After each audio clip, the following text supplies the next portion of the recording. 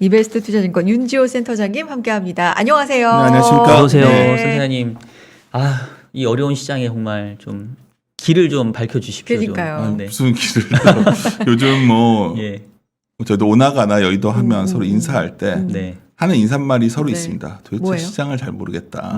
아. 그러면 다들 어렵죠. 이걸 누가 알겠어요? 선수들끼리도. 선수 뭐 여의도 없고 선수들은 아닙니다. 그냥 다들 뭐 고민하는 사람들인데 사실 저도 얼마나 웃기냐면 네. 원래 제목을 읽지 않는 투자가 우선이다라고 보냈었는데 네. 제목을 직전에 바꿨죠. 포트리오 재편식이라고. 아. 근데 이제 시장이 이제 원래 저는 자료를 좀 일찍 보내는 세미나 갖고 다니던 거기 때문에 네네. 이 PT 자료를 뭐 여기서도 쓰고 저기서 쓰고 하는데 네. 일단 오늘 저희 생각 말씀드리는 거고 그냥 저희 생각일 뿐이고 또 다르게 생각할 수 있을 거니까 뭐 저희 생각을 좀 쫓아와 보시면서 네. 뭐 같이 고민하는 시간이 됐습니다. 좋습니다. 저는 네. 사실 이 시간 기다렸던 게 이제 요즘에 지난번도 말씀드렸는데 세미나를 직접 듣기가 좀 힘들어요. 네. 저희 바이사이드도. 네. 근데 이렇게 막 줌이나 컨퍼런스 콜로 이렇게 하면 맞아요. 이게 좀 뭔가 여쭤보고 싶어도 그냥 아이 뭐 빨리 그래서 끝내드려야지. 아쉬움이 요즘은 있죠. 그래서 그냥 1대1로도 많이 만나요. 예. 서로 답답하니까 그냥 커피 한잔 하면서 얘기합시다 하고 뭐 저도 2차까지 맞았기 때문에 다행이시네. 네. 투명 인간으로. 요즘 그렇게 부르더라고요. 예. 오. 근데 이렇게 직접 또 우리 네. 센터님 뵀으니까 네. 궁금한 거 좀 많이 여쭤보겠습니다. 네. 그러면 그냥 뭐 저희 같은 사람들은 원래 달변가가 아니다 보니까 네네. 준비한 자료 갖고 아, 얘기하는 걸 좋아요. 좋아하니까 네네. 시작하겠습니다. 네. 그러시죠. 뭐 첫 번째 항상 요즘 보여드리는 그림인데 뭐 제가 항상 이래도 저래도 변화는 불가피하다는 거죠. 그러니까 금리도 올라갈 것도 안 올라가려면 멈추고 막 이러고 있지만 저는 올라갈 거로 봅니다. 그러니까 금리가? 그렇죠. 네. 네. 여기 채권 전문가 계신데 그렇지만 저는 내년 한 상반기까지도 계속해서 공급망 이슈가 완전히 해결될 것 같지는 않기 때문에 그렇죠. 그렇죠. 그리고 고용 같은 것도 최근 임금이 이렇게 낮지 않은 편인 것 같아요. 그렇죠. 임금은 네. 높더라고요. 그래서 요즘 맨날 나오는 게 뭐 스태그플레이션 얘기를 하는데 네, 별거 네. 아니라 미국이 같이 성숙한 경제가 뭐 요번 얼마 전에 전망치 낮춰서 뭐 5.7 누가 얘기하던데 그 낮은 게 아니에요. 5% 6%면 어마어마하게 높은 겁니다. 그렇죠. 그러니까 근데 이제 사람들 기대 수준이 높다는 게 문제고 근데 더 핵심적인 거는 코로나 확진자 수가 줄 거라는 거고요. 백신을 맞고 있다는 거. 이게 굉장히 이제 어떤 변화가 왔는데 이 변화가 뭔지를 갖고 서로들 얘기를 하고 있는 거죠. 저는 이렇게 변할 것이다. 어떤 사람은 이렇게 변할 것이다. 근데 아무도 미래는 우리가 알 수가 없는 거예요. 그 미래는 사실 우리가 항상 제가 드린 말씀이 미래에 우리가 어떤 결정을 내린 거에 따라서도 달라지는 거고 제가 재기성이라는 단어를 참 좋아하는데 시장이 서로 관련되고 영향을 주고받고 있기 때문에 네. 근데 변화가 불가피한 상황에 있다. 지금도 그걸 꼭 말씀드리고 있고요. 두 번째는 결론은 그냥 그래서 여기서 말씀드린 건 뭐냐면 좋습니다. 결론. 저희들은 그거였습니다. 저희가 전에 한번 박사님 계실 때 한번 왔을 때도 좀 시장에 대해서 그 삼성전자만의 문제는 아니다 말씀을 드렸지만 최근에 저희는 또 카카오만의 문제는 아니다 이 말씀을 많이 드려요. 근데 이제 두 가지인데 코로나 이유를 본다면 다 K자형이라고 하잖아요. 우리가 양극화. 기존의 교과서에서 배웠던 거는 V자 회복, 뭐 L자형, U자형, 어떤 나이키형 뭐 이런 건 배웠지만 K는 너무 이상하잖아요. 누구는 잘 살고 네. 저 명동 가면 다 회복이 안 될 것 같고. 그렇죠. 근데 여의도만 해도 분위기는 좋거든요. 비싼 식당은 더 예약이 안 되고. 뭐 시계 하나 사려고 그래도 요즘은 저는 그런 명품 시계 갖고 있지도 않지만 네.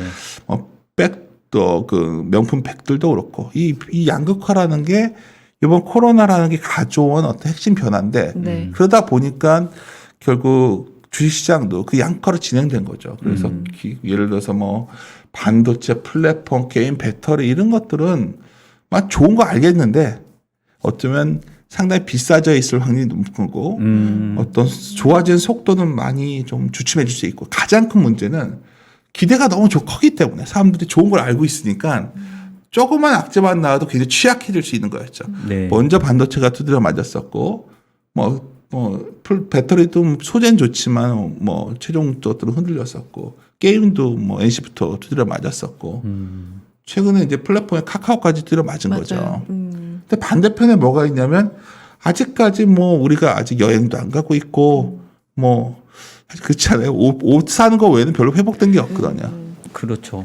그래서 활동은 저는 많이 줄어있죠. 계속해서 아직 악재가 남아있는 것들을 포트폴리오 비중을 좀 높여가는 게 그나마 선택할 수 있는 대안이 아닐까. 이게 엄청 좋아진다가 아니라 우리가 시장을 이게 변화가 임박해 있는 거라면 좀 우리가 위험도 대비해야 되는데 일단 주식을 또 안 갖고 있을 수도 없는 상황이에요. 지금 여러 가지 네, 상황이. 네. 그렇다면 포트폴리오가 매우 중요하다는 걸 말씀드리고 있고요. 가장 최선호하는 거는 항공주들을 선호하고 있습니다. 그러니까 근데- 여기서 잠깐만 네네네. 선생님 질문 하나 네. 들어갈게요. 그러니까 지금 그 차트 한번 다시 한번 좀 보여주시면 이게 항상 이제 금융시장이 네. 그 수렴과 발산을 이렇게 막 반복하잖아요. 맞습니다. 네. 다이버전스가 생기면 다시 또 컨버전스가 생기고 밀리비전 되기도 하고. 예, 예. 그러니까 평균에 회귀하는.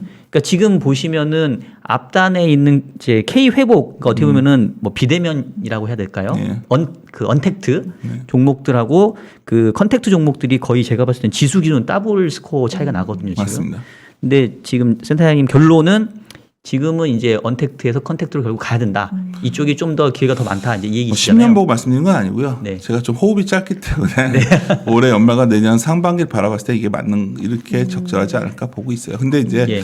보통 그렇잖아요. 우리가 네네. 어떤 시장을 바라볼 때 이제 저 박사님 계시니까 좀 편하게 말씀드리면은 모든 것은 우리가 미래를 예상하고 이렇게 하는데 보통 추세라는 게 있고 현실에 그 유행하는 추세가 있고요. 네. 다른 한에는 그 추세에 대한 착각이란 게 있단 말이에요. 소로스가 했단 말이에요. 소로스가 했단 말인데 이 추세와 착각이 있기 때문에 우리가 피드백이라는 건 막 계속해서 더 자기 확신으로 포지티브하게 더 확산될 때가 있는데 그런 것들이 굉장히 많이 진행된 거예요. 그러니까 최근에 글로벌 IB에서도 시장의 리스크를 했을 때 가장 얘기하는 것 중에 하나가 전 세계 주식시장이 인덱스 내 소수 종목으로 집중해서 올라왔다는 걸 많이 얘기해요. 그러니까 그게 뭐냐면 마켓, 자, 어렵게 얘기하면 마켓 컨센트레이션이라는 표현을 쓰거든요. 네. 그렇다면 이게 집중된 리스크가 좀 시장의 위험 요인이 되고 이거 대표적인 게 미국 시장을 얘기하고 있었단 말이에요. 그럼 우리가 여기서 생각해야 되는 거는 중국에서 규제 리스크 때문에 시작된 거였지만 어떻게든 간에 미국에서도 약간 그런 조짐들 특히 우리가 이제 봐야 되는 거는 애플 같은 경우 뒤에 자기 그림을 가져왔지만 왜 애플이 이렇게 발표해도 별로 반응이 없지? 사람들은 되게 단순하게 생각하는데 뒤에 캐시를 너무 많이 썼어요. 자사주 같은 거 사는 거 첫 번째. 그게 가장 첫 번째고.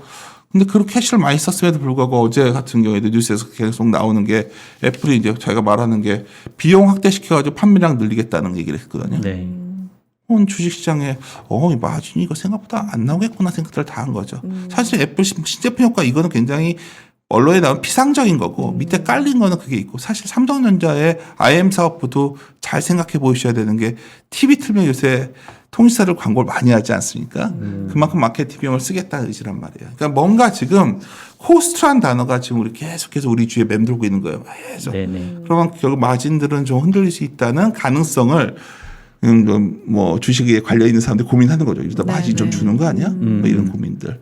그래서 뭐 아까 말씀드린 제가 질문을 하셨는데 막 제대로 듣지도 않고 끊어서 죄송한데 질문이 다 안 됐던 게 뭐였냐면 사실 되게 난처한 질문이실 것 같긴 한데 어차피 우리 센터장님은 또 단호박이시거든요. 또 아닌 건 말씀 아니고. 주시니까 그 결론을 앞에 이제 서두에 꺼내셨기 때문에 네. 저도 이걸 여쭤보고 싶었던 게 지금 이게 그 서로 양극화돼 있기 때문에 이제 수렴을 할 것 같긴 한데 흔히 말하는 상향 평준하냐 하향 평준하냐.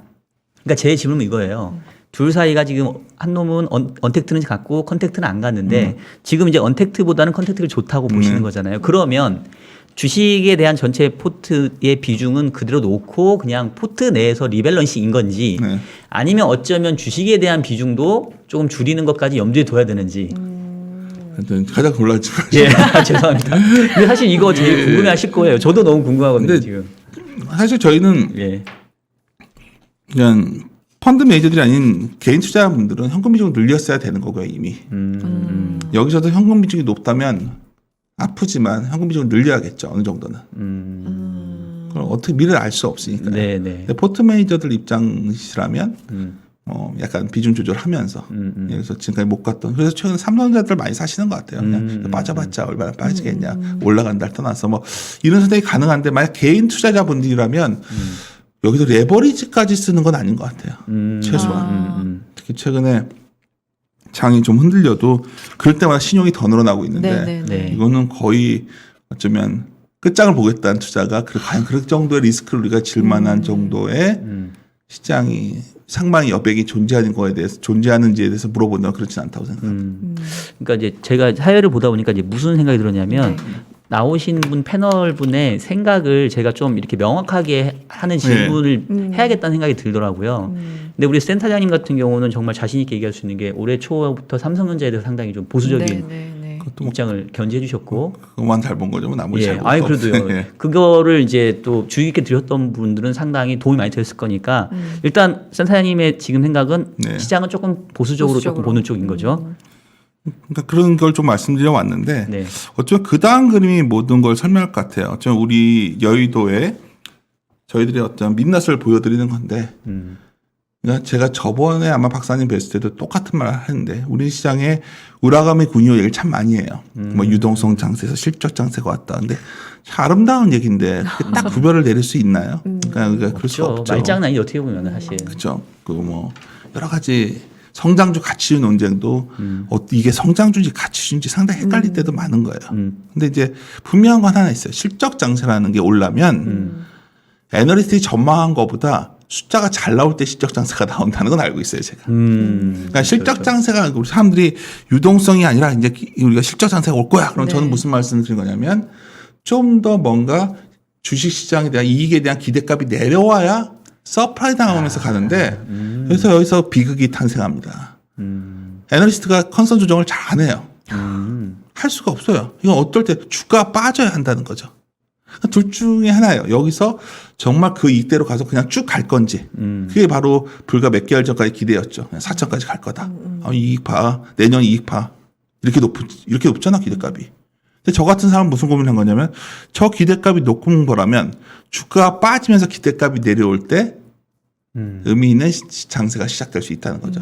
그래서 처음 말씀드렸듯이 삼성전자가 내년에 어떤 분들은 70조 넘게 보거든요. 그래서 저희는 한 50조 대 중반 보고 있어요.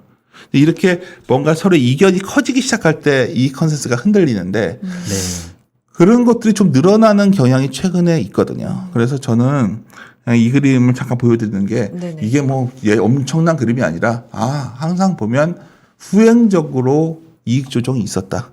그건 능력 부족의 문제가 아니라 그냥 전 세계가 다 그렇습니다.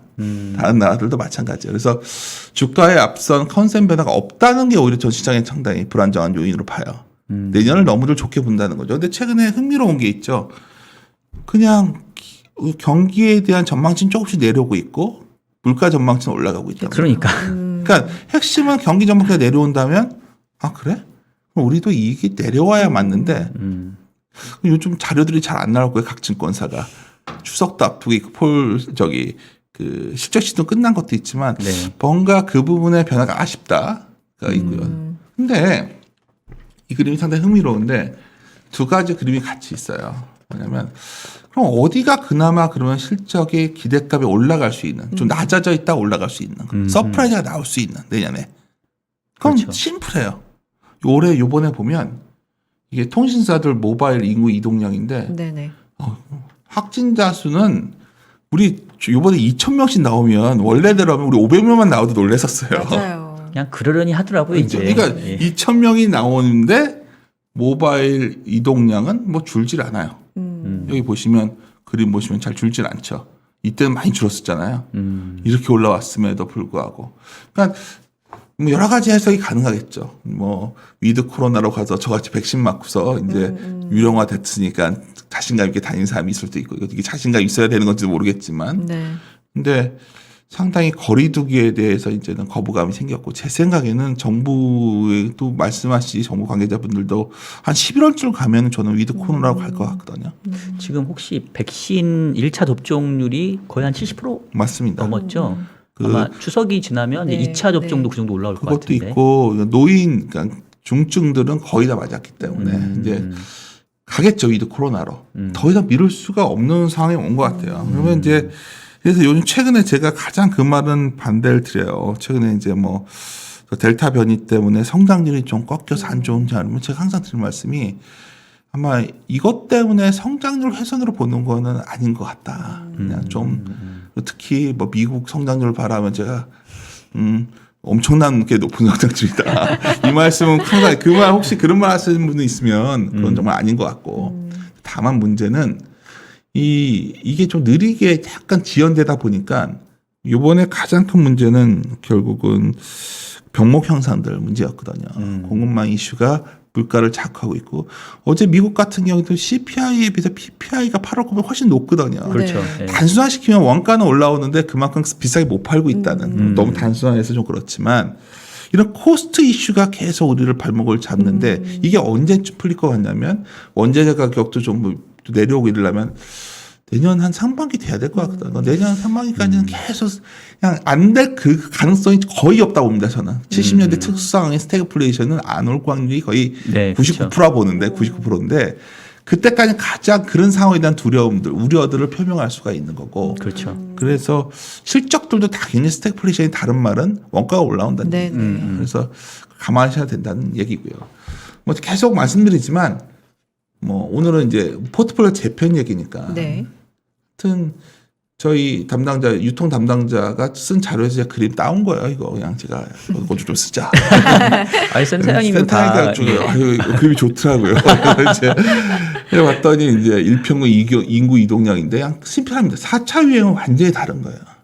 저렇게 그러네요, 난리를 진짜. 쳐도 확연하게. 다른 거예요. 네. 그러니까 제가 데이터를 항상 봐야 된다고 드린 말씀이 많은 분들이 요즘 그래요. 뭐 몇천 명 오늘 2천 명 나왔으니까 또 막 또 불안해들 하시는데 이쪽 섹터는 별로 영향이 없을 수가 있는 거죠. 그래서 계속해서 저희들은 리오프닝 쪽으로 가야 된다 말씀을 드리고 있고요. 네. 근데 문제는 이제 거기까지는 알겠는데 이제 다음부터 약간 불안 요인이에요. 그러니까 내년을 바라볼 때 지금 한 9월 되니까 계속 물어보는 게 내년에 도대체 문제가 뭘까? 리스크 요인은 뭡니까? 하면 질문 뭐 박사님 같은 분들이 저한테 그런 거 물어보는 거예요. 리스크는 뭡니까? 그러면 이제 리스크가 뭐가 있을까? 이런 생각을 하는 거죠. 네. 미중 문제 말하면 다들 알고 있는데 얼마나 지겨워들 하시겠어요. 네. 둘이 해결은 안 될 것 같고. 뭔가 어려운 얘기하는 것보다 저는 아주 심플하게 텍스 문제가 굉장히 부상이 될 것 같아요. 그것도 코스트 이슈거든요. 그렇지. 일단 법인세, 소득세 이런 게 나오는데 문제는 너무 부채가 많으니까 뭐 갚아야 되니까 세금을 걷어야 되거든요. 이건 너무나 당연한 선택이에요. 맞아요. 뭐 정책적인 호불호를 떠나서. 그래서 이제 그러다 보니까 텍스 문제가 있고 누가 뭐래도 이 문제예요. 그러니까 부채가 너무 많은 거, 특히 정부 부채가 많은 문제들. 뭐 옛날에는 남유럽 부채, 부동산 부채, 부채의 성격은 다 다르잖아요. 맞아요. 근데 이번에는 정부 부채가 많았다는 거고 서프라이즈 인덱스인데 경기 서프라이즈 인덱스는 계속 내려가요. 생각보다 지표들이 잘 안 나오고 있고. 예상보다는 이제 다시 조금 그렇죠. 물가는 예. 잘 나오고 많이 나오고 있단 말이에요. 그러면 아니 저는 기대값을 항상 중시해서 데이터를 보고 있기 때문에 네. 야 여기서 과연 어떨까? 그러니까 저는 내년에 인플레 난다는 얘기 잘 안 들어요. 언제든지 디플레이션 갈 수 있는 거예요. 맞아요. 왜냐하면 네. 체력이 약하기 때문에. 근데 내년 상반기까지 놓고 본다면 소위 이러한 소위 코스트 쪽의 요인 때문에 올라가는 인플레 우려는 상당히 강해질 확률이 높다. 그렇죠. 이게 기업이 이게 그렇게 좋아 보이지는 않는다는 걸 반복해서 말씀드리고 있는 거고. 그러다 보니까 사실 연준이랑 이쪽도 이렇게 적극적으로 개입하지 않을 것 같거든요. 그래서 많은 분들이 이제 좀 있으면 추석이잖아요. 네. 네네. 그래서 이제 연휴에 이제 FOMC가 있으니까 그때 악재 나올 거냐 그랬을 때 제가 드리는 말씀이 있어요. 너무나 파웰이 친절하게 얘기를 해줘가지고 테이퍼링은 이제 전혀 뭐 아무 시장에 영향이 없을 것 같아요. 저는 그러니까 좀 식상한 재료가 너무 식상해요. 됐죠. 그러니까 이제 모든 사람이 2013년부터 15년까지 스케줄 다 알고 있거든요. 그거 뭐 얘기해서 뭐 하냐는 거죠. 근데 여기서 중요한 연결고리는 뭐냐면 사실 그건 결정 날 것 같아요. 그러니까 아마 분명히 이번에 9월에 11월에 하겠다 정도는 얘기가 나올 것 같고 네네.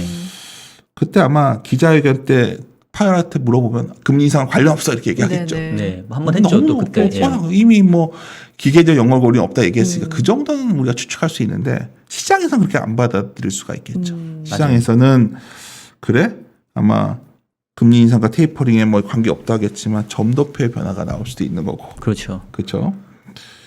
그래서 저는 얼마나 속도를 빠르게 할 것이냐 뭐 이런 고민들이 있는데 빠르게 할 것 같아요 저는. 왜냐하면 이 이슈들이 있으니까. 그리고 여러 가지 경제는 어느 정도 살아난 거예요 지금. 경제 살아난 게 그렇죠. 여기서 더 막 이걸 늦췄다가 나중에 통제가 안 되면 상당히 힘들어지는 상황이기 때문에 뭐 이번에 9월에 추석 때 막 걱정들 하시는데 추석 때 깜짝 뉴스가 나올 것 같지는 않아요. 그거는 아닌 것 같지만 여하튼 이런 성장에 대한 고민들 이것들이 점점 커질 것 같고. 네. 근데 이 물가 이슈를 이제 자 오늘도 이제 어떤 거에서 이제 말씀을 서로 나누다가 이거 어떻게 보냐면 일정을 스케줄을 다는데 궁금해하시잖아요. 그래서 저는 아주 간단한 생각을 해요. 여전히 일자리 미스매칭이 심하거든요. 그러니까 얼마 어젠가에도 미국에서 그 스쿨버스 드라이버들이 운전 그 기사 보셨죠? 네네. 버스가 운행이 안 되는 거예요, 그러니까. 사람들이. 왜 그러냐면 실업비가 황당. 나오니까. 네. 참. 그러니까 이것들이 언제 해결되냐가 굉장히 중요한 거거든요. 저는 사실 그것도 미국 그런 뉴스를 많이 보려고 하는 편인데 최소한 팬데믹에 의한 정점의 위기의 정점은 지난 것 같은데 분류나 소위 공급망 이슈 해결은 되게 지연되는 것 같다. 그러니까 그렇죠. 이게 딜레마인 거예요 지금. 그러니까 이제 사실 스태그플레이션이라는 말 자체가 워낙 좀 무시무시한 단어라서 그런데 그렇죠. 이게 이제 1970년대 오일 쇼크 때문에 우리가 한번 경험을 했잖아요. 근데 사실 오일 쇼크 이후에 진정한 스태그플레이션이 온 적은 없어요. 그때만 특수한 형태를 봐요. 특수한 상황.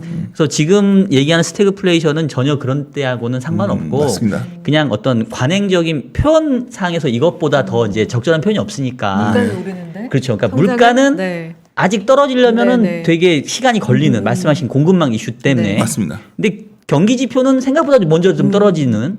그러니까 약간 그게 스태그플레이션으로 이론적으로 표현하는 거죠. 예. 뜻으로는. 그럼 우리가 단순하게 데이터를 말씀하시는 거 보면 2020년에 굉장히 뭐든지 안 좋고 손실이 커지고 안 좋았다가 21년은 기저로 올라온 건 다 알고 있었어요. 그렇죠. 그러니까 20년에 주식 베팅하기 너무 좋았던 애예요. 왜냐 앞에 그 속도가 나오는 게 했으니까. 근데 22년부터는 또 반대로 말하면 다 성장이 둔화되는 시기에 피그아웃이라는 단어가 이상한 단어가 아니었어요. 그러니까, 예. 올해 시장을 저희가 좀 보수적으로 봤던 이유는 아주 심플한 논리였어요. 올해는 성장률 둔화가 나오는데 여기서 이제 저희가 이제 고민되는 건 뭐냐면 네.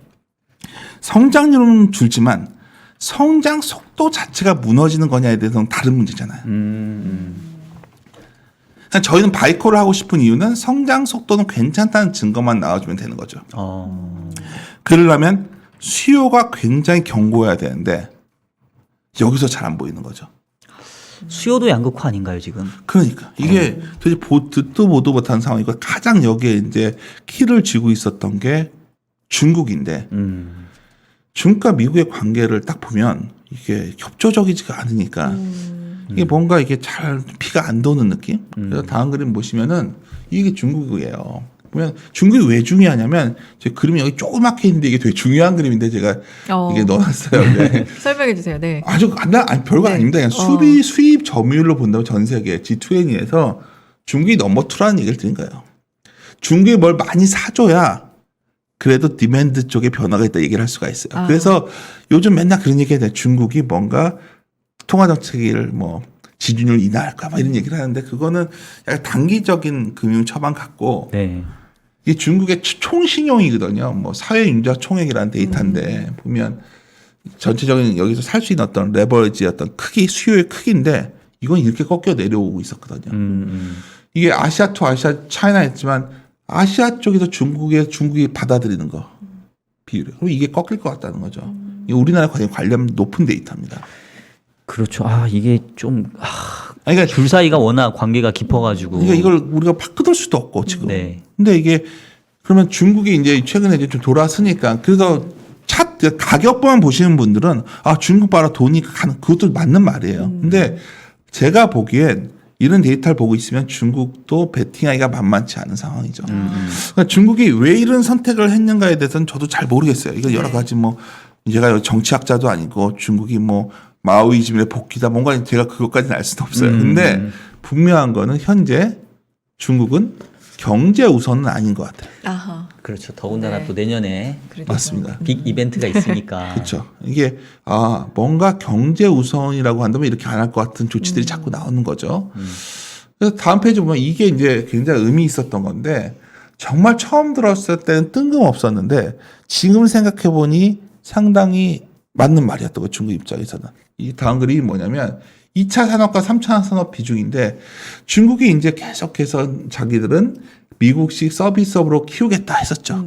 그래서 미국과 협조를 해서 이제 얼마나 많은 우리 기대를 했었으니까 이제 우리가 IMF 때 경험이 있으니까 야 중국이 이제 자본시장 개방되면 우리가 들어가서 막 우리 돈도 벌고 막 우리도 미국이 우리한테 해놓은 것처럼 우리가 똑같이 중국과 할 거야. 그러니까 우리가 얼마나 야무진 상상을 했었다는 거는 중국이 이게 중국은 기본적으로 전 세계를 지배했던 나라였다는 걸 우리가 까먹었던 거예요. 제가 보기엔. 이거 반성하고 있어요, 저도. 그러니까 제가 잘 모르시는 분들한테 중국 투자하라고 얘기 많이 했다가 이 원성을 어떻게 해야 될지 모르겠어요. 중국 테크주 같은 것들. 근데 최근에 하여튼 이번에 이제 국책 변화란 말을 했는데 이게 너무나 당연한 선택인 게 중국 잘 보시면은 그동안에 미중 갈등 때문에 5G, 반도체, 뭐 전체로 산업 견제가 있었잖아요.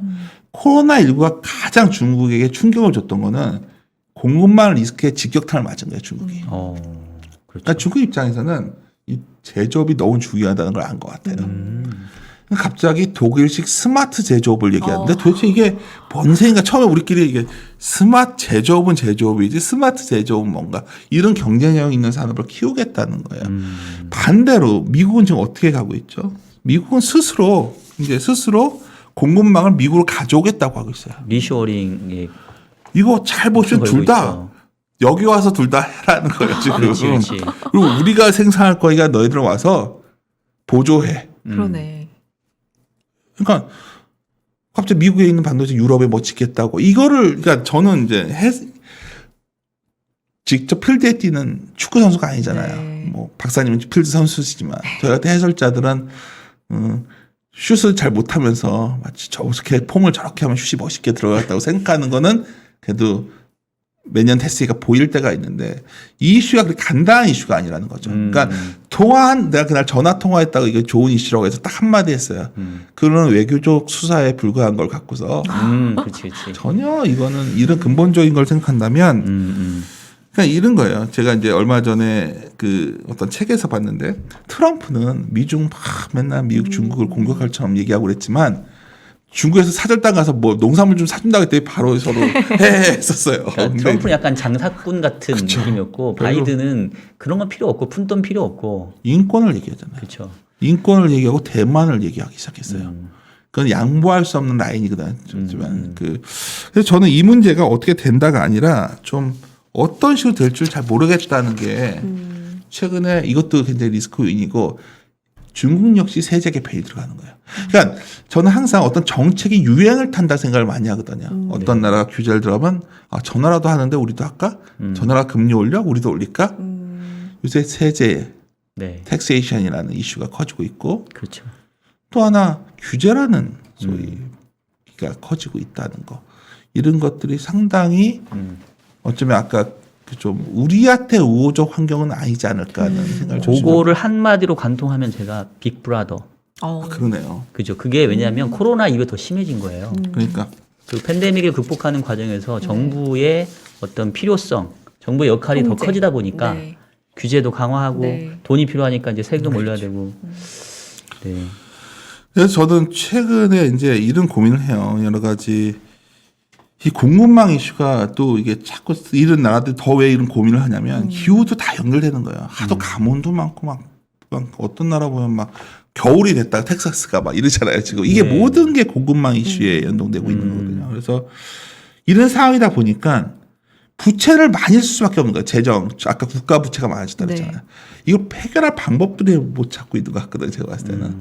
그럼 이제 여러 가지 고민이 되는 거죠. 자산 시장을 좀 그리고 양극화돼가지고 여기만 좋아지니까 전 세계적으로 다 문제 삼고 있는 게 왜 너희들만 잘 살아요 지금. 그리고 우리나라 한국은행에서도 요즘처럼 한국은행이 굉장히 자기가 소신 있게 얘기하는 건 정말 오랜만이죠. 굉장히 멋지다 생각을 하고 있어요. 특히 금융 불균형 이슈는 우리한테는 아프지만 사실 해야 된다 봐요 저는. 이게 지금 약간 밀린 숙제하는 같은 생색내는 같은 그것도 있고 선거를 앞둔 뭐 부동산 잡기 같기도 한데 여하튼 우리나라도 레버리지 총량을 상당히 줄여가야 되는 거는 불가피한 거죠. 그래서 제가 아까 이제 어쩌면 박사님이 처음에 줬던 질문으로 돌아가서 생각한다면 개인 투자라면 현금을 갖다가 레버리지 좀 줄여야 되는 거예요. 현금 무슨 수를 써서라도 레버리지를 축소시킬 거예요. 제가 보기엔 그게 이제 꼭 부동산 하나만이 아니라 그래서 이게 어떤 식의 결과가 올지를 잘 모르겠어요. 그리고 그 과정에서 사실 걱정하는 것 중에 하나는 우리가 이제 뭐 여러 가지 증권 산업이라는 거나 투자 업계라는 거는 이런 유통 시장도 있지만 사실 돈을 크게 버는 곳은 여러 가지 뭐 PEF를 통해서 부동산 쪽이나 뭐 이런 딜들이 많이 있는데 금리가 움직이거나 이런 현상이 나오면 상당히 고민스러운 상황도 갈 수가 있어요. 그러니까 그런 것들에 대해서 시장은 좀 리스크를 져야 되고 최근에 이제 중국 같은 경우도 이제 그런 게 나오는 거죠. 근데 이제 그래도 이제 막 왔다 갔다 해서 좀 그런데 하여튼 다시 돌아가서 생각해 보면 그래도 좋아질 것은 남은 거는 서비스 쪽은 고용을 시켜야 되니까 우리나라도 마찬가지인 거거든요. 네. 자영업은 살려야겠거든요. 너무 안 좋으니까. 그렇죠. 근데 미국은 서비스 한다는 건 다른 말로 미국이 강해진다는 얘기예요. 경제가 비중이 높은 나라고. 사실 우리나라도 정말 이쪽을 살려야 되거든요. 지금 너무 양극화되어 있으니까. 반면에 제조 베이스 쪽은 너무 좋아졌거든요. 그러니까 제가 항상 이 말씀을 드려요. 픽아웃돼서 이쪽이 안 좋아진다가 아니라 너무 수요를 땡겨서 했을 확률이 매우 높아졌고 어쩌면 그 대표적인 분야가 반도체였던 거예요. 반도체가 좋은데 이제 이런 고민을 하는 거죠. 이제 반도체도 최근에 이제 여러 가지 한국 글로벌 이머징 쪽에 돈이 약간 들어오니까 미국이 흔들리면서 그러다 보니까 이제 그 아시아를 사다 보면 우리 삼성전자 쪽을 살 수가 있거든요. 그렇죠. 패시브 자국의 자금이 들어오니까. 근데 구조적으로 전자를 막 올릴 수 있는 장이냐에 대한 반문은 던져봐야 되는 게 여기 있어요. 최근에 만약에 이제 반도체가 평균적으로 메모리가 어느 한번 꺾이면 한 30% 내지 50% 사이로 빠지거든요. 반도체 메모리 가격이. 네. 한 40%가 평균 네, 가격이면 네, 올해 4분기부터 많은 거에서 이제 좀 줄어들 거라 예측을 해요. 근데 이제 내년을 바라보면 뭐 주요 반도체 업체들이 내년을 바라볼 때 사업 계획을 어떻게 써놨냐면 상반기는 고생하는데 하반기는 좋아진 대로 돼 있어요. 그거 전형적인 그건데. 그냥 그걸 보고서 이제 다 얘기를 하는 거죠. 그럼 지금 흔들리지만 잘 사놓으면 여기서부터 돌았으니까. 근데 여기서 한번 반문을 하는 거죠. 4분기부터 메모리가 정말 꺾였어요. PC부터 꺾일 것 같아요. 그러면 이제 5%씩 빠지면 58, 40, 8분기가 필요한 거고. 1분기 막 급하게 빠져도 반년은 걸릴 것 같거든요. 그러니까 제가 이 말씀을 드리면 우리가 합리적으로 어떤 데이터를 갖고 추론을 해버릇 해야 되는 거예요. 그러니까 네. 당신은 강세론자냐 약세론자는 별 의미가 없다는 거죠.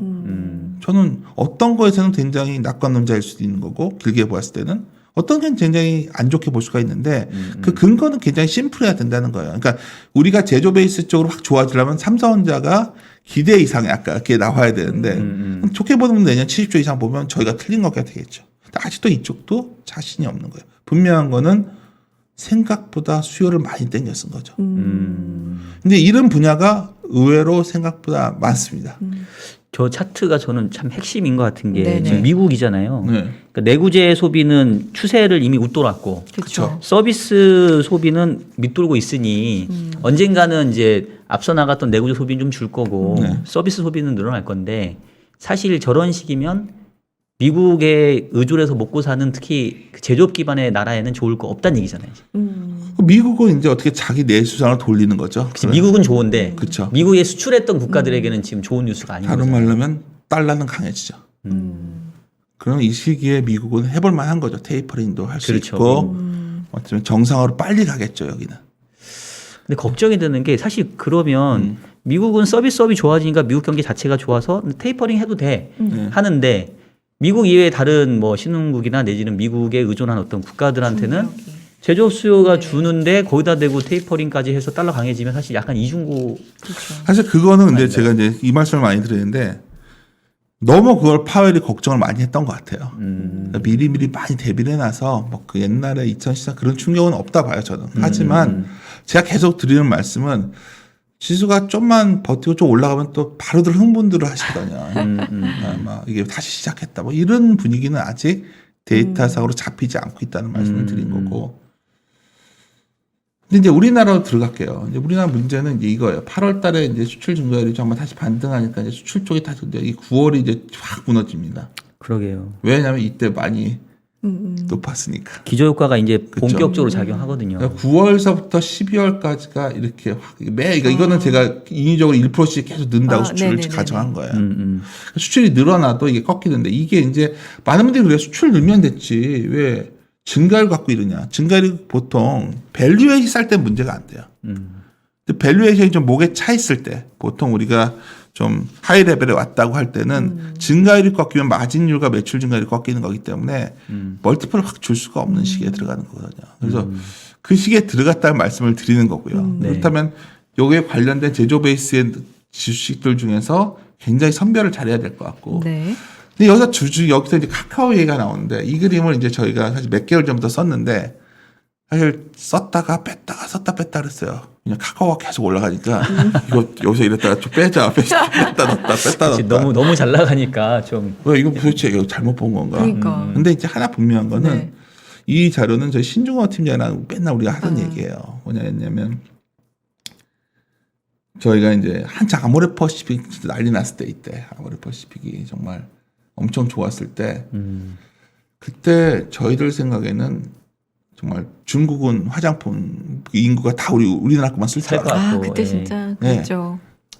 그리고 아모레퍼시픽은 내수주가 아니라 수출주라고 맞아. 했어요. 근데 수출주가 꺾이니까 아모레가 지금 이렇게 됐고 저희가 최근에 화장품을 이제 리오프닝이 돼도 화장품을 아모레는 저희가 많이 추천 안 해요. 왜냐면 요즘은 화장품들 다 소품종 대량 생산하잖아요. 이번 최시라 씨 남편도 화장품 네. 기업 예. 그런 회사들이 다 히트쳤잖아요. 코스맥스 같은 게 더 나은 거죠. 막 그런 식으로. 근데 공이 희한한 게 수출 증가율이 꺾이면 한국의 모멘텀이 꺾일 때 아모레도 꺾였었고 또 기억날 수가 있는 한미약품. 한미약품은 우리나라의 바이오 기업이 아니다 했었어요. 그렇죠. 네, 물론 카카오도 굉장히 좋은 회사죠. 좀 다른 성격인데 여하튼 분명한 건 PSR로 한 10배 넘어가면 9배 넘어가면 되게 힘들었는데 11배 갔었거든요. 아까 맨 처음에 제가 이렇게 뭔가 시장에 지금 가장 큰 리스크는 뭐냐면 한마디로 말하면 밸류에이션 레벨이 높다는 거예요 지금. 한번 툭 맞으면 툭 이런 경향이 있는데 특히 수출 증가율이 꺾여 내려올 때는 매우 위험하다는 거 꼭 기억하십시오.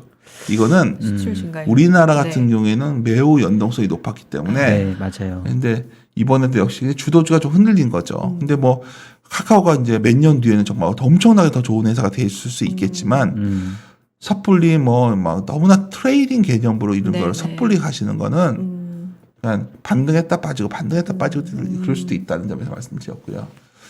또 하나 이제 최근에 이제 이런 말씀 많이 하세요. 네. 아, 미국은 끄떡 없을 것이다. 미국 하면 주가의 핵심이 뭔지 아세요? 애플이에요. 아, 예. 아이폰. 제가 뭐 쓰세요 진짜? 아까 저는 아이폰 쓴다고 저는 그랬는데. 그냥 갤럭시 아, 있습니다. 예. 그렇군요. 저는 아이폰은 한 번 쓰다 안 쓰게 됐어요. 가장 중요한 사진이 있는 핸드폰이었는데 네. 비밀번호 얼마 까먹었는데 어머. 복구가 안 돼요. 그래서 제가 그날 이후로 아이폰을 안 씁니다. 예. 그런 슬픈 사연이. 복구를 하여튼 못 하셨어요, 그래서? 그래서 못했죠. 아. 굉장히 옛날에 같이 많이 사진 찍었던 게 있는 건데 갑자기 마음이 슬쩍. 그러니까 갑자기. 근데 하여튼 애플이 매우 좋은 회사인데 네. 애플이 왜 이렇게 많이 올라갔냐 생각해 보면 이거예요. 그리고 애플은 삼성전자와 다르게 돈을 동원해서 자사들 매입하고 소각하고 그래서 ROE를 올렸었거든요. 이게 애플의 수령금이에요.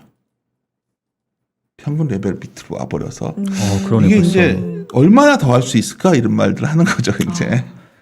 그러면 제가 말씀을 잃은 거예요. 아까 이제 박사님께서 테이퍼를 얘기하면 다 우리 기억에 14년에 그때 처음 들었거든요. 테이퍼 10 들어 그때 처음 들었고 저는 채권 계신 분들은 많이 아셨지만 여기 뭐냐 막 우리끼리 이제 했는데 결국은 그 이후부터 지금 되게 두려워하는 거는 테이퍼링이 시작되면 미국은 좋은데 달러도 강고 그건 오케이. 이머징은 약해진다였는데 저는 요새 이런 말씀을 드려요. 시장의 가장 큰 리스크는 미국이 흔들릴 때 나온다는 거죠.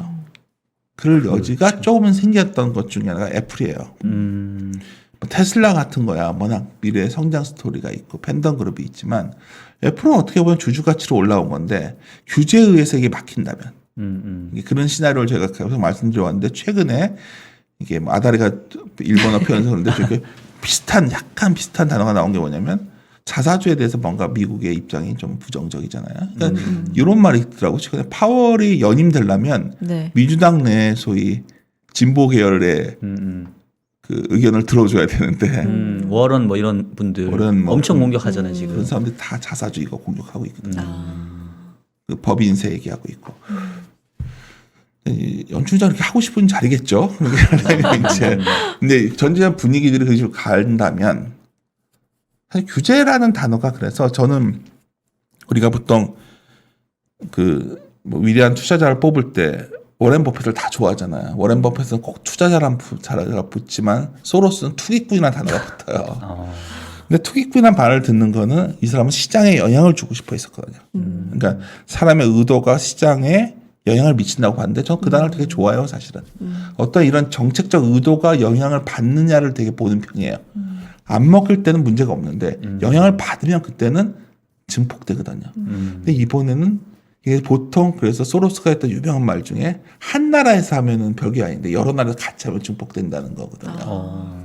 근데 이번에 공교롭게도 중국에서 시작해서 뭔가 약간 확산되는 느낌이 지금까지 조금 있어서 그래서 저는 이런 규제 이슈가 시장이 상당히 부담스럽지만 그러니까 제가 말씀드린 거는 제 비싼 거 할 바에는 아까 좀 안 좋은 거 하자는 포트폴리오 재편 얘기를 드리는 거예요.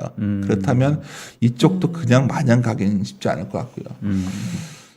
우리나라로 봤을 때 가장 문제는 제가 데이터 업데이트를 안 했는데 아마 9월 초반 거 봤더니 무역수지 더 안 좋아지더라고요. 네. 저 무역수지 적자 갈 것 같다는 느낌이에요. 9월 거 적자 맞죠 지금? 9월 초 거. 지금까지는 그런데 근데 또 이제 9월 말까지 그렇죠. 가봐야 되니까. 그러니까 저는 뭐냐면 근데 제가 이걸 보고 깜짝 놀랐던 게 수출 증가율을 보다 보니까 수출 증가율에 비해서 수입 증가율이 너무 빠르게 올라오더라고요. 네. 근데 너무 뻔해요. 원자재 가격 올라왔잖아요. 네. 금액 베이스이기 때문에 예, 그쵸. 그렇습니다 지금. 이게 이제 어떻게 본다면 환율이라는 게 여러 가지 뭐 이 경제 체력을 얘기도 하지만 사실 우리나라에서 무역 수지를 많이 안 남기면 워낙 강해지기 힘든 거 아니야? 이 말씀을 왜 드리냐면 외국인이 강하게 사겠냐는 거예요 우리 시장을 이 상황에서. 그렇죠. 그래서 이 고민을 좀 예를 들어서 오늘 막 그러실 것 같아요. 저희가 좋은 걸 찾아보려고 노력하려고 했는데 왜 이런 것만 나오냐 하실 텐데 뒤져보면 데이터를 뒤져보면 계속 이러고 나오니 올라가도 좀 한계다 얘기를 계속 드렸던 건데 아니 이런 얘기를 들으셔야죠. 그렇죠. 어차피 판단은 투자자가 하실 건데 너무 좋은 얘기만 한쪽에서 쏠리면 안 되죠 당연히. 그냥 맨날 얘는 나와서 안 좋은 얘기만 한다고 싫어들 하셔서 잘 안 나가는데 사실 저희가 모여가지고 계속 그 얘기를 해요. 빅바이콜 한번 해보고 우리 화끈하게 한번 뒤져보자. 이번에 한 달 정도 정말 저희 전략팀원들이 많이 뒤져봤어요. 자료를. 아까 대표적인 게 네. 중국 그거 데이터도 네네. 야 이거라도 좀 나왔으면 좋겠다고 보고 뭐 하는데 후행적인 데이터를 아닌 걸 많이 네. 보려고 하는 편인데 사실 이 데이터도 이게 생각보다 안 좋은 상황이잖아요. 그러네요. 아, 참. 그래서 이제 제 말은 네. 계속 처음에 결론 보고 가는 거예요. 내년에 지금의 전망 기대값이 적절한 수준이거나 낮은 거냐에 대한 질문을 던진 거예요. 맨 처음 거를. 근데 여러 가지 이걸 앞에 종합해 보면 마진율이 떨어지는데 어떻게 좋아지냐는 거예요. 코스트가 올라왔는데. 아니 뭐 투자는 상식에서 출발해야 된다 저는 생각을 합니다. 단순하게. 그렇죠. 단순하게. 저희들이 찾고자 하는 거는 이게 네. 더 대표적인 이럴 때 네. 보통 이렇게 그 ISN 제조의 자재 가격이 중간재 가격이니까 이거 마진 그려놓고 뭐 PMI 해냈지만 사실 이거는 매크로 데이터 마지막 최종 단가 갖고 그린 거고 네. 하나하나 따져 보는 거죠. 네. 코스트 이슈. 그러다 이제 기업체 얘기를 들어보면 최근에 아까 말씀드렸지만은 셋업체들 코스트 올라오는 것들은 뭐 여러 군데 다 나오는 거고 그래서 뭐 이런 거 있잖아요. 최근에 막 학군철 가격만 올라가니까 어떤 주식 개별 종목 엄청 올라요. 근데 이게 전시 올라가면 어떡하나 하는 생각이 드는 거죠. 알루미늄 가격도 엄청 오르잖아요. 네 맞아요. 전기차 이것 때문에 뭐. 그렇죠. 그러니까 이런 것들이 이거 어떻게 해석해야 되지? 그러니까 기업들의 마진은 이 다른 주가는 모르겠는데 마진율은 떨어질 겁니다. 그런데 다시 그때로 돌아가서 왜 기대 수준이 안 내려오냐는 거죠. 아까 말씀드렸지만은 주가의 후행적입니다. 그러니까 여기 두 가지 중에 하나예요. 네. 어쩌면 주가가 덜 내려왔기 때문에 이익 추정 자양이 안 되고 있는 거죠. 그치 애널리스트가 딱 뭔가 압박을 받아야 되는데 목급과 괴리도가 있어야지. 근데 이게 좀 어중간한 거예요 지금. 그래서 저는 이 부분의 가능성이 조금은 있다. 저희들은 그런 걸 보고 있으니까 조심스럽다 말씀드린 거고요. 네. 그래서 언제 기대값이 내리냐를 봤더니 이게 되게 재밌는 그림인데 이 추정치가 서로 생각이 많이 달라져야 이게 내려와요. 달라져서 표준 편차가 올라가면 내려오는데 이렇게 아마 전자부터 좀 시작이 된 것 같아요. 생각들이 많이 다르니까 내년을 바라보는. 그래서 결론은 그렇게 나쁘게 보실 필요만은 없다는 거예요. 그러니까 오히려 이익에 대한 기대 수준이 낮아지는 기업들이나 이런 게 나오시면 그래 이제 또 해볼 만한 것들이 나오다 생각하시면 돼요. 근데 그게 뭐 지금도 너무 조급하게 막 장 좀 뜨면은 이제 다시 치고 나가나 쫓아 이러지 말고 기본적으로 이 장은 아까 말했지만 만약 주식에 현금이 좀 어느 정도 유지하시면서 네. 리오프닝 같은 것들도 뭐 급락할 때 한번 같이들 사보거나 아니면 이런 좀 추정치의 기대값들이 좀 변하는 것들을 좀 보시거나 이렇게 좀 조심스럽게 가는 게 될 것 같고요. 하지만 레버리지는 네. 줄이고. 근데 이제 다시 한번 말씀드리지만은 사실 옷들을 엄청 많이 샀거든요. 네. 이게 뭐냐면 올해 의류업체 소비예요. 그러면 이제 사람들이 생각해야죠. 생각보다 옷들부터 많이 샀어요. 뭔가 의류업체 중에서도 되게 좋아진 것들이 올해 많이 나오는 거고 잘 찾아보시면 이제 그런 데서 하나 힌트가 나오는 거고. 혹시 선혜 씨가 힌트를 주실 수 있지 않을까요? 어떤 브랜드? 조심스럽네요. 조심스러워요. 네. 뭐 많이 우리 항공주들도 네. 글로벌하게 상당히 좋은 편인데 저는 내년 바라보신다면 상당히 편할 수 있다 이 정도 말씀을 드리는 거고. 그래서 그래서 뭐 이렇게 넣어놨는데 마지막에 보시면 저희 퀀트가 리오프닝 관련 리스트 줬는데요. 이거 좀 한 3주 전 거니까 좀 데이터가 업데이트 안 됐다는 걸 알아주시면 좋겠고요. 네.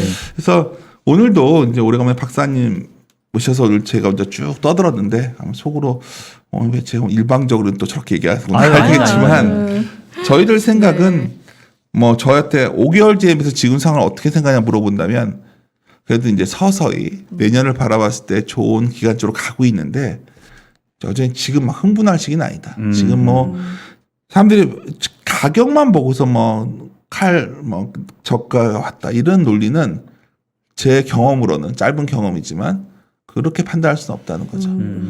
오히려 밸류에이션이 싸다는 것도 굉장히 주관적인 부분이 있는데 하나 계속 강조드리면 아시겠지만 맨 처음에 들어가시면 정말 언제 되면 정말 주가가 좀 스테디하게 다시 한번 실적 장세로 갈까 물어본다면 저는 이거예요. 계속 말씀드리지만 주가가 내려오면서 지금이 내려온 거라면 다 내려온 거라면 컨선 변화가 있었어야 되는데 여전히 컨선들은 그냥 버티기 수준에 있다. 그럼 언제 바뀔까?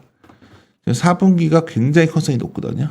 올해 4분기가. 특히 우리 알다시피 우리나라는 4분기가 굉장히 계절적인 게 높은 곳이기 때문에 4분기를 바라고 꺾일까? 아니면 삼성전자나 이런 쪽이 내년을 바라봤을 때 꺾일 때 쫓아 꺾일까? 뭐 이런 고민들을 하면서 하여튼 좀 시장을 너무나 급하게만 생각 안 하신다면 좋은 기회 구간이 뭐 서두를 필요 없잖아요. 그렇죠. 많은 분들이 뭐 주식 사놓고 가만히 있으면 된다고 말들 하시지만 뭐 그루들의 공통적인 게 도망갈 때 잘 도망가야 내가 돈을 보존해야 내가 투자의 기회 잡을 수 있듯이 지금이 최소한 내가 리스크에 굉장히 공격적으로 투자할 시기 아닌 거는 좀 여전히 저희는 그렇게 보고 있습니다. 뭐 혼자서 떠들었는데 질문 주시면 갑자기 세미나한 것처럼 돼버렸는데 아니 너무 제가 오늘 아시겠지만 갑자기 이렇게 이 자리에 앉게 됐는데 아니 제가 계속 눈치를 본 게 너무 재미없어 하시는 것 같아서 아니요 너무 지금 집중해서 듣고 있었어요. 오늘 저는 아주 갑작스럽게 좋은 기회를 만나서 샌더스께 이런 이야기도 듣고 사실 앞에서 팔로우 더 머니 보셨다고 그랬잖아요. 그런 시각도 보고 그렇죠. 듣고 또 이런 시각도 굉장히 오늘 공부를 많이 합니다. 그러니까 저는 사실 오늘 라인업이 되게 좋은 게 그 1분 아닌데 그러니까 앞에 7시에 우리 무국 선생님께서 이제 또 썰을 막 풀어주셨는데 또 센터장님은 또 어떤 약간은 좀 비교되는 말씀을 해주셨어요. 다양한 정말 그냥 다양하죠. 그냥 저희들이 정답은 몰라요. 그렇죠. 맞습니다. 어느 게 뭐 누가 맞다가 아니라 각자 판단하실 부분인데 저희들은 이렇게 접근하면서 이런 결론을 내린 거고 시장의 100%라는 게 존재하지 없죠. 않죠. 그러니까요. 근데 이제 저는 사실 이제 약간 개인적인 소회라고 한다면 올해가 벌써 이제 끝나가잖아요. 네. 저희도 올해 어느덧. 이제 성과를 이렇게 쭉 이렇게 리뷰를 해보면 네. 올해 시장이 어려울 수밖에 없는 게 네. 추세가 없었잖아 올해. 그렇죠. 그러니까 종목별로 돌아가는 순환매 장세는 있었으나 지수 자체는 결과적으로는 코스피는 3,300이에요. 네. 뚫고 갈 것 같은데 빠져. 그럼 결국은 뭐 잘못 샀으면 손실인 거고 빠져가지고 손절하고 다시 기다릴까 했는데 또 안 빠져. 맞습니다. 그러니까 사실은 어떻게 보면 올해 같은 장이 위아래로 터지기 아주 쉬운 장이었거든요. 그러다 보니까 이제 어떻게 하지? 완전히 쉬어야 되나? 아니면 뭐 쫓아가야 되나? 이제 이런 고민 많이 들었는데 오늘 센터장님 말씀 들어보니까 조금은 서두르지 마라. 그렇죠. 그런 말씀 주신 것 같고 제가 이해하기로는 모멘텀이 발생하려면 일단은 컨센서스가 한번 좀 낮아져서 네. 기대치가 좀 낮아지는 과정이 선제적으로 나타나야 된다. 경기 서프라이즈 인덱스는 저렇게 내려오고 있는데 이게 기대치도 안 내려와요. 왜냐면 주가가 높다는 얘기예요. 그렇죠, 그렇죠. 그러니까 이거는 어떻게 보면 컨센서스와 기대값과 실제치를 계속 봐왔던 사람 입장에서는 이번엔 다른 사태 얘기도 할 수 있겠지만 항상 새로운 건 없었다는 관점에서 본다면 왜 그럴까 나중에 평가해 주겠죠. 이때 시기적 특성을. 근데 한데 어렵죠 거기서. 예. 그리고 이제 뭐 우리 센터장님이 훨씬 업력이 더 저보다 많으시니까 아시겠지만 근데 저도 미력 하나마 제가 시장을 보는 키는 네. 결국 주가라는 거는 기업의 실적이 분자고 네. 분모에는 결국 할인율이거든요. 맞습니다. 그러니까 실적이 화끈하게 늘어나거나 아니면 금리가 화끈하게 빠지거나 요럴 때 이제 주가가 올라가는데 그렇죠. 작년은 제가 봤을 때는 실적도 확 늘어나는데 금리도 빠지는 맞아요. 주식시장이 이보다 더 좋은 맞습니다. 기회가 없었던 것 같은데 지금부터 이게 언제까지인지 모르겠지만 지금 말씀 주신 걸 계속 경기 모멘텀 조금 슬로우 다운하고 수출 증가율 꺾이거든요 분명히. 근데 금리는 어쨌든 통화 정책은 좀 긴축하니까. 이게 굉장히 중요한 거예요. 경제는 둔화되는데 테이퍼링을 할 거예요. 그래서 스태그플레이션이 무서운 거예요. 그러니까 네. 그게 언제까지 지속될 거냐가 매우 중요한데 네, 여러 가지 임금이나 공급망 이슈를 감안하면 네. 올해 말에는 안 끝날 것 같거든요. 그러니까 델타 변이도 분명히 영향을 줬어요. 네. 미국이 그리고 최근에 어떻게 됐던 간에 살아나니까 미국의 인프라 투자도 좀 약간 그런 게 있고 우리가 좀 무시해서 그렇지 이 부채 이슈라는 게 벌써 우리 앞에 다가왔어요. 그러니까 뎁실링 이슈가 좀 생각보다는 자꾸만 뭔가 잡음이 나는 것 같지 않습니까? 미국의 그 부채 한도도 네. 부채라는 게 있고 중국에서도 얼마 전에 이제 해프닝이 될지 뭘지 모르겠지만 부채 이슈가 나오고 우리나라 가계 부채 얘기가 나오고 다 공통적인 부채라는 단어가 나오기 시작했어요. 그러면 이거에 대해서 왜 얘기가 나오냐? 네. 코로나라는 전후무후한 사건이 터지니까 너무나 빠르게 회복시키기 위해서 무리한 정책을 썼다는 건 다 알고 있는 거예요. 그 과정에서 공통적으로 가장 크게 부채가 쌓인 건 정부 부채란 말이에요. 네. 저는 지금 뭐 사람들이 이렇게 아주 주목해서 안 보지만 우리가 굉장히 세금에 대한 고민들을 많이 하게 될 거예요. 그리고 이제 만약에 그런 거가 생기다 보니 관세는 낮추고 싶겠죠. 11월에 제네바에서 G20 만나잖아요. 만나는데 보조금이나 그게 잘 해결될까요? 서로 저렇게 사이들이 저런 상황인데. 그러니까 관세 줄여서 거래가 늘 것이다. 이렇게 쉽게들 얘기하는데 그것도 감당치 않은데 당장 국내적으로 세율 인상들은 급하게 다들 할 것 같거든요. 그러니까 우리가 일자리도 미스매칭이 문제였는데 이 모든 정책이 뭔가 약간 미스매칭 되는 거예요. 그러니까 아까 말하니까 저도 요즘 같은 고민인데 박사님이랑 충분한 경제 정쟁의 성장이 나오면서 테이퍼링이나 이런 정책이 나면 문제가 없어요. 근데 뭔가 약간 속도가 둔화되고 있고 특히 중국 같은 경우는 성장이 확실히 이렇게 됐잖아요. PMI가 확실히 꺾였잖아요. 근데 그때 부양책 안 쓰잖아요. 이게 무슨 말을 하는 거냐면 뭐 시장에 깜짝 놀랄 만한 쇼크는 없겠지만 뭐 그리고 미국이 성장률 5%대 간다 해서 충격 아니에요. 뭐 그 큰 나라에서. 근데 이제 그렇죠. 문제는 우리가 성장에 대한 기대치가 지난 2년간 너무 높았었기 때문에 이 부분에 대한 어떤 조정 기간이 과연 우리가 항상 변화되는 지점에서는 항상 좀 출렁임이 있었거든요. 네. 근데 이번에 출렁임이 유독 적었던 해예요. 네. 그러면 사람들이 출렁일 줄 알았는데 이제 관성적으로 안 출렁이는구나. 그래서 이제 안 빠진다고 생각을 하기 시작했어요. 그렇죠. 뭐 다들 아유 빠져봤자 3,100이나 3,050이야. 근데 3,050 갔다가 바로 찍고 올라오더라고요. 그러니까 이제 근데 이게 미국은 안 빠질 거야. 뭐 이런 두 가지 믿음. 네. 그러니까 저는 항상 시장은 우리가 기대했던 방향이 우리가 공감했던 컨센서스가 깨질 때 방향이 나오거든요. 네. 그래서 그 두 개가 가장 궁금해요. 이거는 내가 예측이 아니라 궁금하다. 궁금한 거죠. 그러니까 저 자신도 야 이러다가 그냥 가면 확률도 있으니 우리는 그래서 기껏 전략을 내놓은 게 악재가 남아 있는 곳이 나으니 차라리. 그거는 사서 쟁여놔라. 뭐 항공주, 여행주. 내가 여행주 말씀드리면 다들 누가 여행 가겠냐겠지만 악재가 남아 있으니까 좋은 거죠. 그리고 막 코로나 2,000명씩 나오니까 기대할 게 있는 거예요. 그러니까 이런 쪽들은 오히려 난 거고 기대가 너무 커서 악재가 나오면 취약해지는 것들이 위험한 거죠. 네.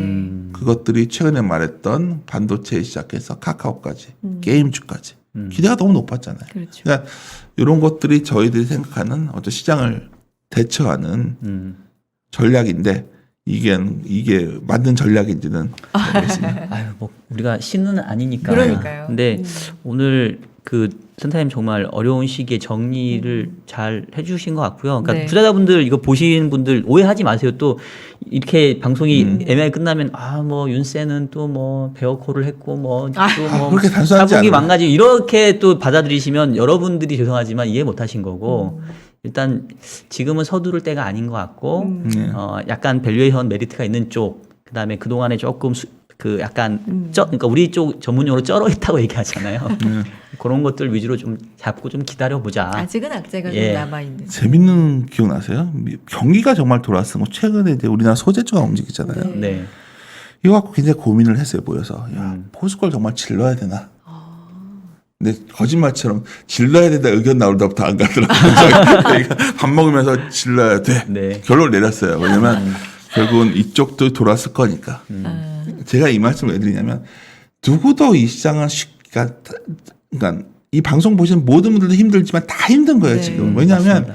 미스터 마켓이 조증이 가장 극대화되는 시기가 이러한 소위 장의 성격이 바뀔 때 나오는 거거든요. 그렇죠. 그러니까 돈의 힘만으로 올랐던 장세에서 너무 급하게 올라왔는데 돈의 힘이 아닌 나머지 힘으로 가기 위해서는 누가 뭐래도 모멘텀 감속이고 뭐 레벨에 대한 확실한 전망이 나와야 돼요. 이 레벨은 유지될 거야.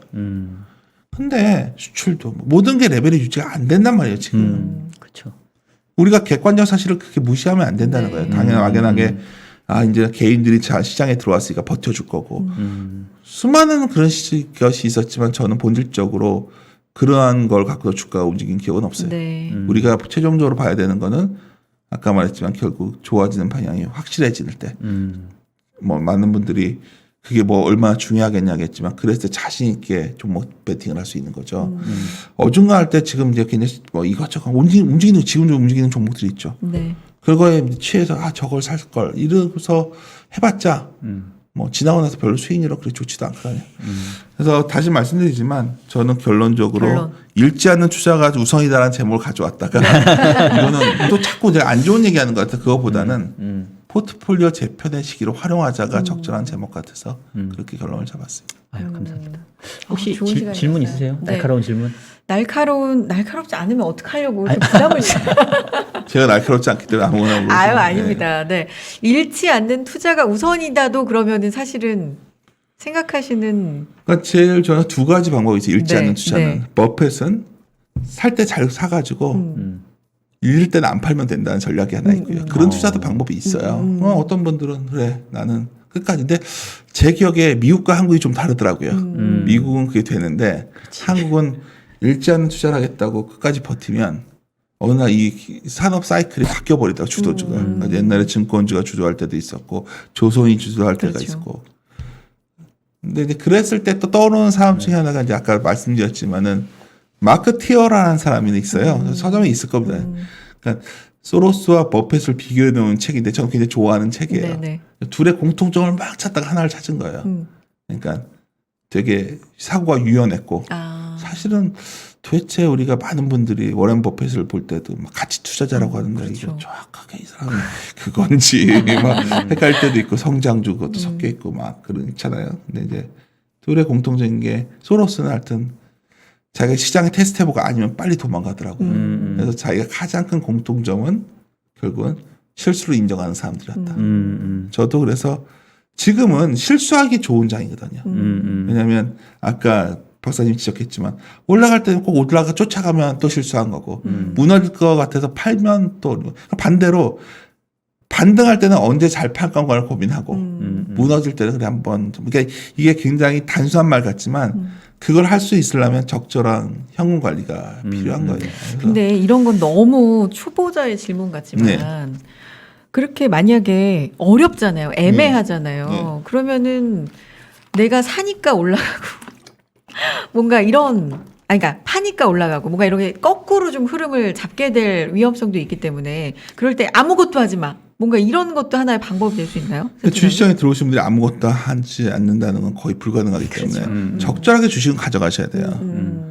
제가 항상 드리는 말씀이 저도 주위에 이제 뭐 처남도 있고 뭐 친구도 있잖아요. 뭐 주식 다 팔란 얘기냐 물어보면 제가 나 그런 무식한 얘기는 절대로 하지 말아요. 주식은 적절하게 하시는 거예요. 한 30에서 아주 안 좋을 때다 30% 정도는 갖고 있어야 되고 50% 정도는 내가 자산 네네. 뭐 투자할 돈이 있으면 네. 50%는 하는데 네. 많은 분들이 이제 극단적 선택을 하는 거죠. 그러니까 도망가고 그러니까 그 불안한 마음에서 벗어나고 싶으니까 다 팔아버리고 막 이게 굉장히 안 좋은 태도. 그거는 너무 상식적인 거니까 제가 여기서 그 얘기할 필요는 없을 것 같고요. 근데 이건 있어요. 그러니까 주식시장의 본질이 뭐냐는 거죠. 질문이 굉장히 중요한 네네네. 질문을 하신 거예요. 네네네. 많은 분들이 이게 제로섬 게임으로 잘못 알고 계세요. 승자가 50%, 패자가 50%면 얼마나 쉬운 시장이겠어요. 내가 2분의 1만 속하면 되는데. 근데 주위를 보세요. 주식시장 오래 한 사람들 중에 반은 좋았고 반은 나쁘지 않아요. 승리한 사람은 10% 내외예요. 80에서 90%는 보통 주식시장이나 그렇게 결말이 좋지 않았어요.